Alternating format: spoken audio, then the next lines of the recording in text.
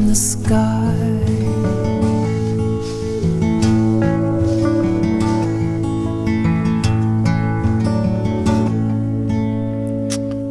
Beth, it's just so beautiful. Beth Nielsen Chapman from her new album Crazy Town. Walk You to Heaven is the song that rounds us up this evening. Amazing show next week with a string of world exclusives. Russell Dickerson, Zach Brown Band and Ashley McBride will be here to introduce songs from her new album Welcome to Lindyville. Meanwhile, Trevor Nelson follows the news here on Radio 2, on the BBC Sounds app, on your smart speaker and on 88 to 91 FM. BBC News at 10 o'clock. This is Mike Powell. The Bank of England has warned that the UK could already be in a recession as it raised interest rates to their highest level for 14 years.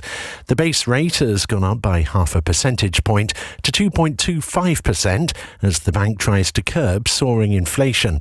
Tomorrow, the Chancellor is expected to announce a mini-budget focused on tax cuts and more spending. Danny Blanchflower, who was a member of the bank's Monetary Policy Committee, says the government's plans won't help those struggling this winter. Even if you agree that it'll work, it won't do anything for a year or two. So the big issue is, what is this government going to do to help the ordinary person who's on that bus, can't pay the bus fare, and may well next week lose her minimum wage job in the pub that just closed because it can't pay its energy bills and it can't now pay the loan on its that it's having to pay. Earlier, the Chancellor, Kwasi Kwarteng, confirmed that April's rise in national insurance is to be reversed. The Treasury said the change would save nearly 28 million people an average of £330 a year. 5 British nationals who were captured in Ukraine by pro-Russian forces have been reunited with their families. They include Aidan Aslin and Sean Pinner, who have been sentenced to death. Mr. Pinner's family said it had been a harrowing time. Labour and Conservative MPs have both criticised the government's decision to lift the ban on fracking in England. The practice is controversial because it can cause minor earthquakes. Professor Richard Davis, who's a petroleum geologist, was asked if fracking would greatly help Britain's ability to source its own energy. I very much doubt it. It may be all volumes of gas.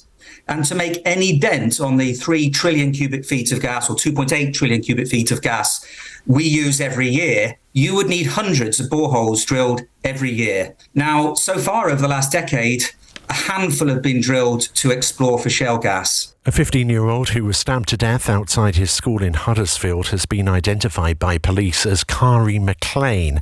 A 16-year-old boy has been arrested on suspicion of murder and remains in police custody.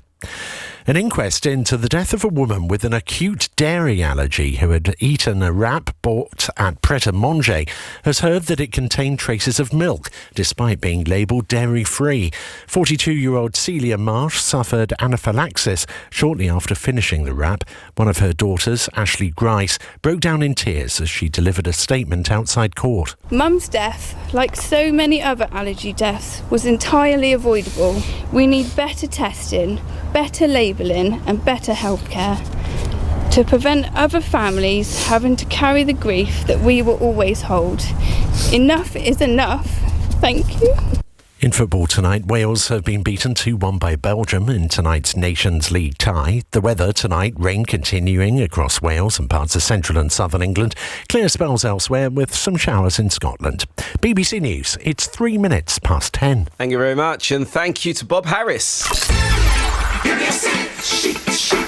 Give me a sheet, sheet. Give me a sheet, sheet. Give me a freak. Sheet, the freak. Say off. It's Trevor Nelson's Magnificent 7 on BBC Radio 2. That's right, and this week, a legendary hitmaker with a funky white Stratocaster guitar turned 70 years old. Tonight on the Magnificent 7, we are saluting the legacy of Mr. Nile Gregory Rogers Jr. with the Nile Rodgers Connection. Nile the producer, Nile the songwriter, Nile the sample artist. Magnificent 7. I'm Nile Rodgers on BBC Radio 2.